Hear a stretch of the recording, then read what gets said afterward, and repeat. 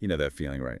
When Yeah. you picture that perfect home, the place where you can just build a life and be happy, Oh, yeah, for sure. it's like this universal dream. It is. What happens when it all goes wrong? What if your dream home becomes a nightmare? Well, that's what's so interesting to me. The idea that something so positive, the desire for a beautiful home, can turn dark. Exactly. And that's exactly what we're diving into today. This story from Investor, it's called Tragic Tale in Delaney Park, The Murder of Shanti Cooper. Oh, And I remember this one. It really stuck with me. yeah, it's intense. It's not just a true crime story. It's about ambition, love, a home renovation gone bad. It's like this case makes you think about how wanting the perfect life can become an obsession. We see that a lot, don't we? Not just in individual stories, but like our whole culture. Yeah, there's a lot to unpack there. Hmm. So picture this, Delaney Park here in Orlando. It's like the postcard for the American dream. You know, brick streets, these beautiful old houses, families out for a walk. It just seems so peaceful. Peaceful, affluent, safe. Right. But under all that, there's this dark story unfolding. That's what gets you, right? Like the contrast, how this perfect looking place hides something so messed up. It reminds you that anything can happen anywhere. So at the center of this story is Shanti Cooper, successful businesswoman. She meets David Trones online. Online dating, huh? Yep. They fall in love. He moves to Orlando to be with her. Mm-hmm. They buy this huge house, 4,000 square feet, 218 East Copeland Drive. And they've got this big plan, going to renovate it, make it their dream home. Classic new beginnings, right? Yeah, New couple, fresh start, fixing up the house together. you'd think so.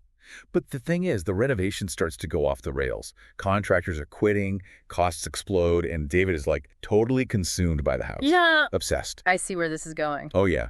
And it's interesting how the house, the renovation itself, becomes a symbol for their relationship, you know? Like, as the house falls apart, so does their marriage. It's in the article that Shanti put over $250,000 into this renovation. Years of work, and they're living in this tiny apartment above the garage. Oh, wow. So not even enjoying the house. Nope. And it makes you think, how does that affect their relationship?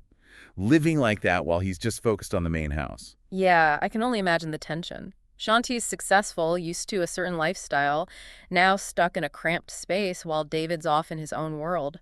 The article says their friends and family were starting to notice problems, like things were off balance. And it gets worse. Shanti asked David multiple times to put her name on the deed to the house. Makes sense. She's paying for it. Exactly. But he refused. Yeah. Every time. She's pouring her life savings into this house, has no ownership, no control really. That's a huge red flag. It's like he's trying to control her through the house, too. And then, April 24th, 2018, everything changes. David calls 911, says he found Shanti in the bathtub, unresponsive. He's talking to detectives, lets them search the house, seems cooperative at first, Wow. but something's off. Right away, the investigators see injuries on Shanti that don't match up with a simple accident in the bathtub. They start pushing David harder, showing him the evidence, the inconsistencies in his story. So, classic interrogation tactics. What happens when they confront him? How does he react? He keeps saying he's innocent, but his behavior changes. He's getting evasive, less believable. But the detectives can't get a confession. So now the big question is, what really happened to Shanti Cooper? To figure that out, we need to look deeper, right? Not just at the crime scene, but at Shanti's life, who she was, what was going on in her marriage, because this is about more than just a house. It's about the people, the dreams, the things left unsaid that led to this tragedy. Exactly. So let's talk about Shanti. Let's peel back the layers and try to understand her relationships, and how this renovation, this dream they were supposedly sharing, might have actually been tearing them apart. Reading about Shanti, you realize she was so much more than just a victim in this horrible story. The article really paints this picture of her. She was a mom devoted to her son, Jackson. She was a successful entrepreneur, a really good friend. It's awful when you think about it. This woman's so full of life, and then this happens. It's unsettling, for sure. I mean, it reminds you that bad things can happen to anyone, even in a place that seems perfect, like Delaney Park. But it also makes you wonder, like, do we ever really know the people around us? You see the smiles, the Facebook posts, but you never know what's going on underneath. That's so true. It's like we all have these hidden struggles, these things we're carrying around. Makes you think we should be kinder, more understanding, you know? Look for those signs that someone might be hurting. Absolutely. But getting back to Shanti, the article also talks about the problems in her marriage to David. Mm-hmm. He was so fixated on the house, on controlling the renovation, that it seems like he forgot about their relationship. like lost sight of what really mattered. Happens all the time, doesn't it? That ambition takes over and you forget about the people you care about. It's like David got tunnel vision, focused on this perfect home, and he built a wall between himself and Shanti. And that wall just kept getting bigger. With each delay, each cost overrun. I mean, remember, this renovation ended up costing almost $4 million. You have to imagine that kind of financial stress puts a huge strain on their relationship. Oh, absolutely. Money problems can tear people apart, but then you add in the stress of living in chaos, the frustration of seeing your home in this constant state of disrepair. It's a recipe for disaster. The article says that in the days before she died, people noticed Shanti wasn't herself. Friends said she seemed withdrawn, like she was carrying a lot of weight. She wanted stability for her son, for herself. It's almost like they could sense something bad was coming. It's really sad. This strong woman trying to hold everything together while things are falling apart around her. It makes you think, when do we see the signs of a relationship breaking down? When do we step in or even know when to walk away? Such important questions. But it seems like Shanti's pleas for help, the signs she was struggling, were ignored. And the house, the thing that was supposed to bring them joy, became the symbol of their failing marriage. The house as a metaphor. It's powerful, isn't it? It's not just about the building. It's about their hopes, their broken dreams, everything they weren't saying to each other. And to really understand how bad things got, we need to talk about Keith O'Geary. He's the zombie house flipping contractor they brought in to look at the house after Shanti died. Oh, right. Zombie house clipping. Not everyone knows what that is. It's basically buying these rundown houses, fixing them up quick, and selling them for a profit. It's risky, but can pay off big. So what did this guy, Keith O'Geary, think of 218 East Copeland Drive? Well, he didn't hold back. He called it a disaster, a giant shoebox that was basically falling apart. Said even with all the money they spent, it was probably a teardown. Wow.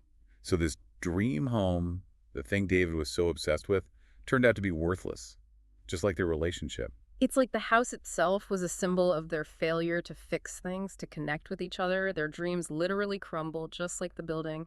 And we're left with the biggest question of all. What happened to Shanti?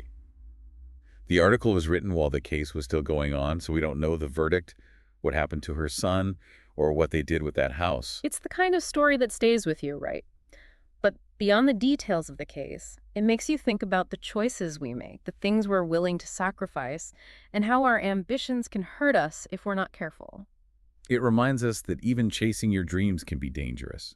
You hit roadblocks, things go wrong, and sometimes the hardest thing is knowing when to let go, when something isn't working anymore. It's all about balance, right? Following your passions, but taking care of your relationships, making sure you're not sacrificing your own well-being for some goal. The best dreams are the ones you build together that make everyone's life better. So as we head into the last part of this deep dive, I want to think about the bigger picture. What are the lessons we can learn from Shanti's story? What warning signs should we watch out for, and how can we make sure our own dreams don't turn into nightmares?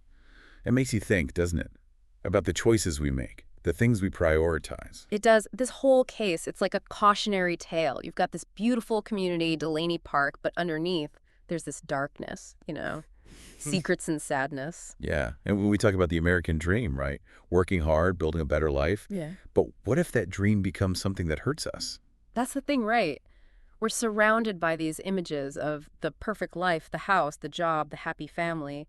And it's easy to forget what actually matters. It's like we're always chasing something that doesn't even exist. We end up neglecting our relationship, our own well-being, just to keep up this facade. And David, with his obsession over the house, it's almost like he lost sight of Shanti, of what they had together. It makes you wonder, how often do we do that? Put our ambitions, our need to be successful, ahead of the people we love. All the time, I think. We get so focused on the goal that we forget about the journey, about who we are along the way. And in this case, it had tragic consequences.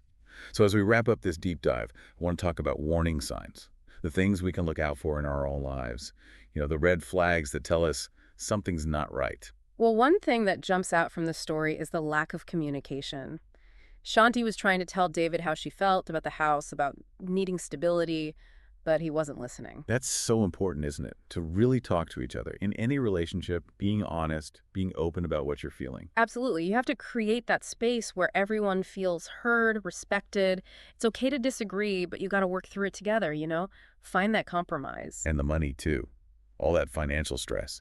It's something we don't like to talk about, but it can really damage a relationship. Especially with a big project like a renovation. You need a clear budget, realistic expectations, and you got to be honest about the risks involved. And the thing is, money problems don't just impact your bank account. It's the emotional stress, the worry, the feeling that you're trapped. That could be even more damaging. Exactly. So much more than just numbers on a page. So, as we finish up, I want to leave you with this. We've talked about the dark side of the American dream, how wanting too much can hurt us. But we also have the power to choose a different path, to define success on our own terms. It's about knowing yourself, what you value, making sure your choices are good for you and for the people around you. Real happiness doesn't come from stuff or status. It comes from connection, from love, from leaving the world a little better than you found it. This deep dive has taken us to some dark places, but I hope you come away from it feeling empowered, knowing you can choose a different path, one where your dreams lift you up, not tear you down.